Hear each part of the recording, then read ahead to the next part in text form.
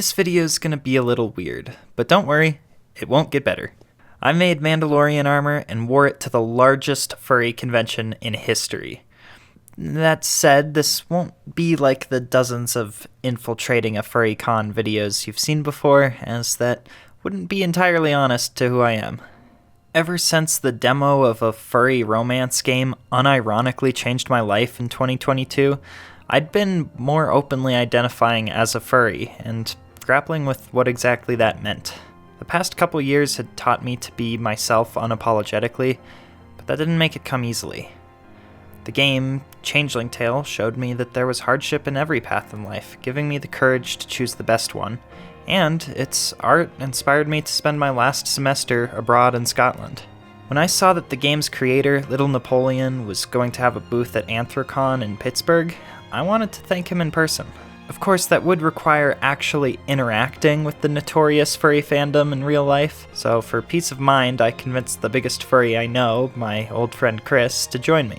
I'd also wanted a costume to bring, and it gave me the opportunity to make a suit of armor I had been wanting to make for a while. I've loved Mandalorians since the Star Wars Republic Commando novels introduced me to them as a kid. In grade school, I made my own Mando armor out of construction paper to look like Cal Scarada from the novels. And back then, kids just called me Boba Fett, but I hoped one day people would know what a Mandalorian was so I could revisit it. In 2021, a Mandalorian mercenary nearly put me off the idea when he demeaned my ODST suit for not being real armor because it was made out of foam instead of plastic. That was ironic to me because foam smithing is really hard, but Mando armor is one of the easiest suits to make. So maybe nostalgia wasn't the only thing motivating me to remake that armor. It's as shrimple as that. Gosh, it's perfect. Wow. Yeah. I had the idea for this Mandalorian character for a long time, and had been using my illustration of the helmet as my YouTube profile for a couple years. My main goal with the costume was to make something that represented me, so I saved time by reusing pieces of armor from my Stormtrooper and ODST to show my other interests. Of course, for a furry convention, it couldn't just be sci-fi armor. I needed something that connected it to the theme, too. I have no idea what I'm doing. I've worked with foam clay before, but not that much, and I'm not that good at it. But luckily, I have sandpaper and time to kill, though not a lot. For the furry side of the costume, of course a fox would be the obvious choice given my real name, but I chose a cow instead. My favorite romance in Changeling Tale was the cowgirl, and I loved using it as a picture on Discord whenever I was teasing my friends. The horns of cattle are cool and all, but I did choose specifically a cow and not a bull because it felt more natural. Of course, I wasn't a female in real life, so I did the male version of the armor, integrating a horned crest into the diamond of the male Mandalorian chestplate. But here you have it. I gave the helmet horns and bought a custom tail to attach to the belt. 2 years after I initially designed this helmet, I'm finally painting on the blue.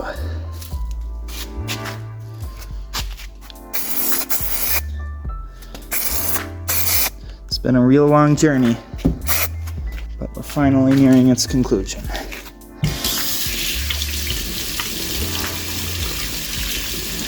For whatever reason, I just enjoyed thinking of the character I was creating in gender-neutral terms in the end. That whole side is nearly perfect. Let's see. Nearly perfect as well. There's only a tiny bit on the very fringe. But otherwise, and I'll take off that. That is it. That is the Mr. Fox helmet, the Cow Scarada, the Mandalorian, whatever you're gonna call it. Chris stayed over the night before and helped me finish the weathering before we drove to Denver International in the morning.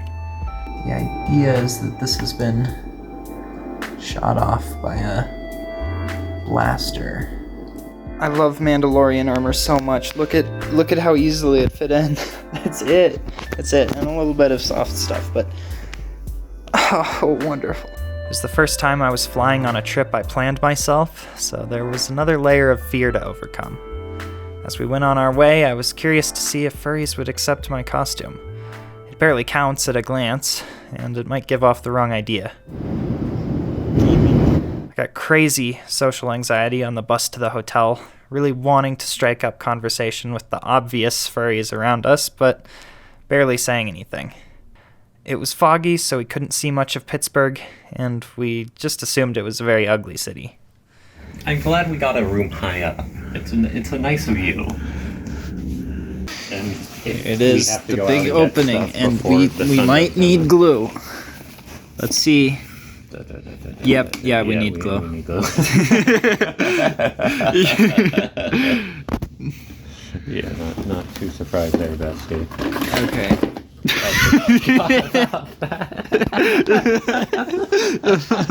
Regurgitation. Yeah, that's what I expected.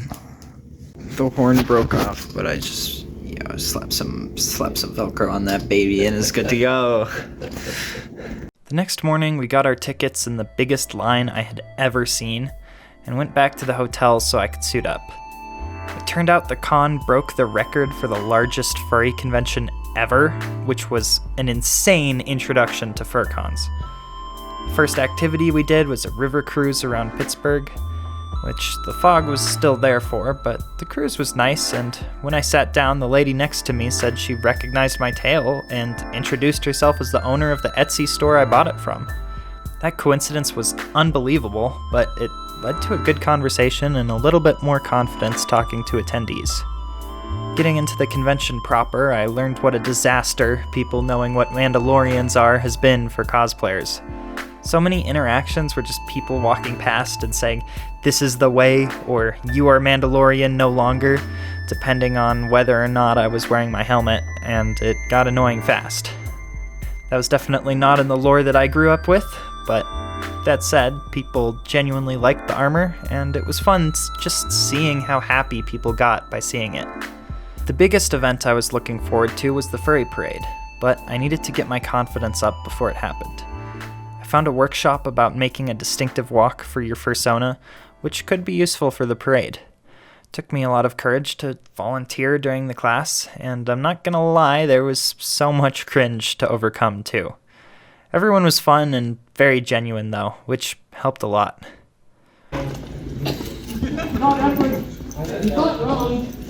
Right now, I love it. You have so much there. I love it so much. Thank you. When I strutted my stuff, the instructor had no notes, so the time I spent practicing posing in Stormtrooper armor and what I'd learned from the best of the 405th had paid off. Overall, people were really pleasant and loved to see my unique armor, despite it probably taking the least effort out of anyone's fursuits. Seriously, the craftsmanship with their suits was incredible, and it was the only convention I'd ever been to where no two attendees looked alike. Whatever your opinion on furries, you've got to respect the dedication. As I learned with my Stormtrooper video, I love entertaining people, and I was so glad my armor was doing just that. It was an unexpected find at a furry convention, but that seemed to make people like it even more. If I brightened someone's day, I would be happy, and it was already turning out to be one of my favorite conventions ever. The next day, we explored the dealer den, which was now open. I needed even more courage, but after some dawdling, I eventually walked up to the Changeling tail booth and introduced myself to Little Napoleon. That's Little Napoleon. I am very much the same. Nice to meet you. I've only played the demo for Changeling Tail, but I'm not kidding when I say it changed my life. No way. Yeah, so I was about to quit school when I was playing it, and then now I've stayed in school and I'm gonna study in Scotland next semester. No way! So, yeah. St. Andrews. Okay. Beautiful spot. Oh, I love that. We talked a few times during the convention, and despite my fears, the conversations went great. He was completely shocked to hear the mere demo of his game had so profoundly changed my life, but congratulated me and wished me luck for studying abroad in Scotland. I asked about his tank shirt, and he mentioned his favorite tank was the Matilda, and told me if I was staying in the UK for so long, I needed to check out the Tank Museum in Bovington. I picked up some merch and thanked him for everything, and he was just glad he made an impact and complimented my armor. That was an amazing experience, but it still didn't end up being my favorite part of the trip. The con was so massive that there were still furries walking the streets, and a waiter asked me to explain the whole furry thing, which I barely understood myself. Me and Chris later agreed downtown Pittsburgh was a vibe, and a lovely city despite what we were expecting. But today was a good day. Having a Mandalorian at a furry convention, I think, makes a lot of people happy. Even if it's me expressing myself, it's also, I think, doing some good in the world. And I finally got to meet my hero that, changed the course of my life. I may or may not put that in this video, but I got to shake hands with him. That was great. Saw another Mandalorian cosplayer, which was really shocking. Another Mandalorian ODST cosplayer, no less. He was substituting some Mandalorian parts with ODST parts that he had laying around. Yeah, so tomorrow will be crazy, and I've run out of video space. The next day held the event I was anticipating the most, but it was also going to take the most courage. It was a furry parade, the largest in history. Fursuiters would walk down the convention center in a block of downtown Pittsburgh with thousands of locals spectating. I had a little experience with crowds from my college film festival, but I was still nervous. The crowd was huge, and it adds an extra level of fear to know they're judging the creative work you put into your own very out-of-place costume. For as much anxiety as there was, I was even more excited. Making people smile with my armor was what I'd been enjoying the most all convention, and the parade would only amplify that. While waiting in the massive lineup room, I got out of my comfort zone socializing a bit while practicing my Mandalorian walk. By the time I walked out the doors, I was completely locked in, and had so much fun acting out this menacing bounty hunter character in a line of colorful furries. People loved seeing me, and I found myself high-fiving kids and casually saluting adults who played along. It was seriously the most fun I had ever had cosplaying, and the fear I felt before melted away as I got to entertain people.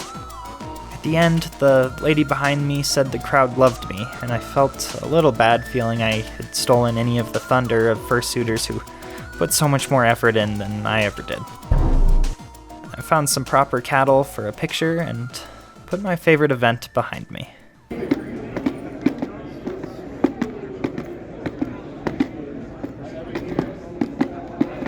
The final day was way more chill. I watched some presentations and said my goodbyes to Napoleon before watching the closing ceremony. I'd like to tell you a story. However, AnthroCon is closed. Get the hell out! There was a cool rave under the convention center that got shut down for drugs, and on the way to a hotel party, a guy skating past saw me without my helmet and said, "Jack Harlow?" My friends had been calling me that a lot lately, and while they said it's a compliment because he's a handsome singer, I, for some reason, still hated hearing it. We went to a final hotel party where I was disappointed to find I still didn't have the social skills to introduce myself to more people, but I could still be proud of the progress I made on this trip. We flew home with plenty of time to spare, and another friend humorously christened my character Cowscarada, which I've held on to. I'd gone to this event because of Changeling Tale, and while of course it had encouraged me to pursue the life that would make me happy, there was another theme I had really clung on to. The idea of changing into something that societal norms tell you to be afraid of, but instead of being scared, each change feels natural and makes you feel more like yourself. I didn't yet imagine there was anything like that in real life, but wearing my Mando armor that represented me, I felt more like myself than I ever had before. I promised to be myself no matter what. I was sure I just needed to be more manly and I'd feel fine. Speaking of, I needed to get back to the tank driving business my dad and I started. If you want to see where that goes, and the rest of my journey of self-discovery, stay tuned. A secret held closely, for it cannot be told.